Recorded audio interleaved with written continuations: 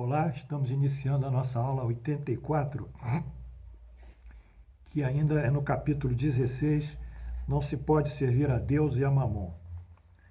Hoje estudaremos a parábola do mal rico e os comentários do jovem rico e os comentários de Allan Kardec sobre a riqueza e o que foi dito em relação aos textos evangélicos por nós aqui narrados e que constam do livro O Evangelho segundo o Espiritismo. Então vamos lá. Parábola do jovem rico, Mateus 19, 16, 24, Lucas 18, 18, 25, Marcos 10, 17 e 25. A parábola trata de um jovem que cumpre os mandamentos da lei mosaica, e que é convidado por Jesus para doar todos os seus bens. E ele realmente diz que não é possível e se vai. Vamos interpretar essa parábola que já foi lida anteriormente. Preliminar. Jesus não estabelece como condição absoluta ser o único preço da salvação a doação de tudo o que se possui. Não é possível.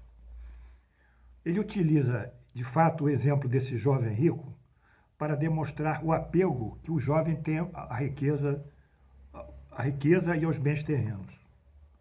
O sentimento de posse, ele mostra esse sentimento de posse do jovem rico. E que realmente esse sentimento de posse, de prisão à matéria, dificulta a sua caminhada espiritual. Daí ele ter ido embora. Muito bem. Vamos estudar um pouco o prejuízo ainda da interpretação literal sobre a fortuna, a riqueza, como serem impeditivas da felicidade. Se interpretar literalmente nós vamos ver que a riqueza é impeditiva da felicidade, né? O camelo passar no buraco de orgulho é muito mais fácil do que um rico entrar no reino do céu. Como eu disse, é uma coisa absurda, uma afirmação absurda, que eu acho que nem procede de Jesus, foi modificada, mas de qualquer forma o seu sentido lato permanece. O seu sentido lato permanece, ou seja, há uma impedição àqueles que detêm fortuna ou riqueza para alcançarem a felicidade. Muito bem. Se nós seguíssemos essa interpretação literal, nós observaríamos que isso seria o quê? O impedimento, né, ao trabalho, que gera o lucro, gera a riqueza, e ao progresso, porque a riqueza investida na ciência, nos conhecimentos, na tecnologia, na educação, ela sobe, faz o progresso seguir. Então, isso é uma visão contraditória à lei do progresso e à lei do trabalho, que vai chocar contra o que o Espiritismo propõe, a visão literal. Vamos ver o que Allan Kardec disse sobre isso. Está no Livro dos Espíritos,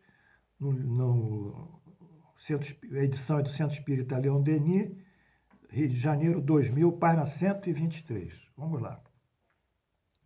A proposta que Jesus lhe fez ao jovem era uma prova decisiva para esclarecer seu mais íntimo pensamento. Ele podia, sem sombra de dúvida, ser um homem perfeito, honesto, segundo o mundo terrestre, não fazer o mal a ninguém, não maldizer o seu próximo, não ser fútil, nem orgulhoso, honrar o seu pai e a sua mãe. Mas não possuía a verdadeira caridade, pois sua virtude não chegava à renúncia ou abnegação, vamos supor aqui minimamente, de Mateus, que deu metade que ele tinha. Eis aí o que Jesus quis dizer, demonstrar, ou seja, a aplicação desse princípio que fora da caridade não há salvação. Quer dizer, a riqueza também tem que servir ao social, independente de servir ao órgão empresarial, à instituição empresa.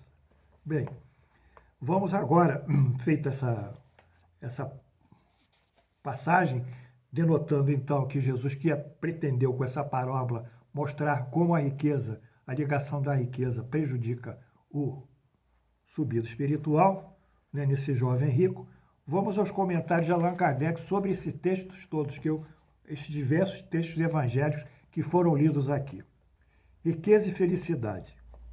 Se a riqueza fosse um obstáculo absoluto à salvação daqueles que a possuem, como se poderia deduzir de certas palavras de Jesus, interpretadas segundo a letra e não segundo o sentido, Deus, que a concede, a riqueza, teria colocado nas mãos de algumas pessoas um instrumento inevitável de perdição, pensamento que é contrário à razão. Portanto, seguindo esse raciocínio, Deus coloca a riqueza na mão do sujeito, o sujeito fica numa situação de perdição, isso foge à lógica e à razão, porque Deus não coloca coisas erradas, nós é que fazemos as coisas erradas. As consequências de se acreditar que a riqueza é a causa de perdição, da infelicidade, ainda se acredita. Se tomada mais uma vez as palavras de Jesus ao pé da letra, seria a riqueza prejudicial à felicidade futura em razão de causar infinitos males. Ela causa infinitos males. Além disso, seria a condenação do trabalho que a produz, que nós vimos aqui. E seria ainda a condenação da lei do progresso, o qual resulta do trabalho em todas as ações e em todas as áreas de conhecimento do homem. Porque o progresso é gerado pelo trabalho. E o trabalho aumenta a ciência, aumenta o conhecimento, aumenta a tecnologia e vai se aperfeiçoando cada vez mais o homem na sua qualidade de vida e no seu bem-estar social, na sua saúde e tudo mais, que isso é uma força do progresso. Portanto, a condenação da riqueza seria igual a condenar o trabalho, o progresso, o bem-estar social futuro. Isso não é possível. Agora, a riqueza como prova de vícios que ela desperta e como causa de muitos males. Agora, vamos estudar a riqueza. Será que ela suscita vícios? Será que ela suscita muitos males? Aonde ela vai? Aonde ela conduz? A riqueza, por certo, é a fonte de muitos males, muitos vícios e desarmonias. É verdade. É prova difícil, mas perigosa, que a miséria. Muito mais difícil que a miséria, a riqueza. Seduz, fascina, afeta o senso moral e o juízo de valor do indivíduo. Quer dizer, um indivíduo rico e que faz mau uso dessa riqueza, ele não tem limites para ele. Não tem limite da sensualidade, dos prazeres, da abastança, de tudo. E até desrespeito ao próximo, em função de se achar melhor do que o próximo ou ter mais poder do próximo que o próximo em razão da sua riqueza. Então, realmente, a riqueza é a fonte de muitos males. É supraexcitante do orgulho, do egoísmo e da vida sensual. Isso é verdade. Ela excita o egoísmo, excita o orgulho e a vida sensual. Sensual é o sensório, visão, audição, olfato, paladar, etc. E até o sexo também. Aí é sexualidade. Não confunda sensualidade com sexualidade com X. Sensualidade se diz respeito à nossa sensação, à nossa senso-percepção. E sexualidade se dirige unicamente para a atividade sexual. Muito bem. Além disso, a riqueza é o laço mais poderoso que liga o homem à matéria, à terra e o afasta do céu. Se alguma coisa prende o homem na terra, com maior vigor, com maior tenacidade, com maior força, com maior, diria, potência, é a riqueza. É o dinheiro. O dinheiro é trágico. Ele é trágico. Se ele não for bem conduzido, ele vai afetar muitas pessoas, muitas famílias, muitas instituições, muitos poderes, muitos governos, e vai por aí. Realmente, esse laço da riqueza que gera também o poder, secundariamente, é realmente o que mais prende o homem à terra e o afasta do céu. Isso é verdade. Produz tamanho desvario que quase sempre se vê aquele que passa da miséria para a fortuna esquecer rapidamente sua situação anterior. Lembram deles? O sujeito que passou, rapidamente ficou rico, nós chamamos de nouveau riche, ou mulher nouvelle riche, tanto faz. Nouveau riche. Esse é um sujeito difícil. do dia para a noite ficou rico.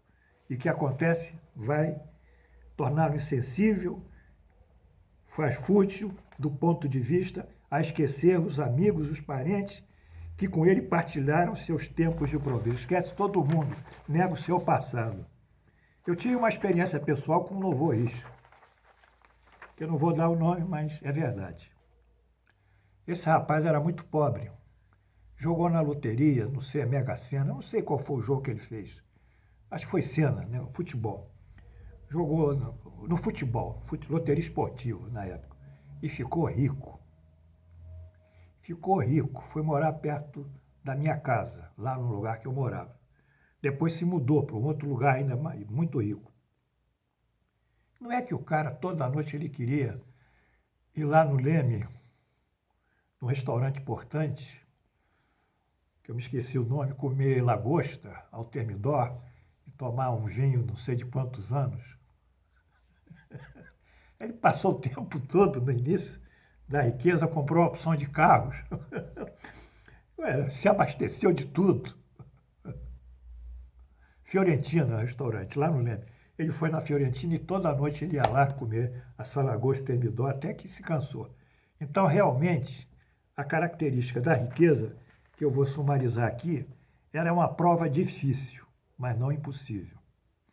Se o indivíduo cede a ela, ela gera os excessos de toda espécie que nós vimos aqui, desde a sensualidade até o orgulho, o egoísmo, etc.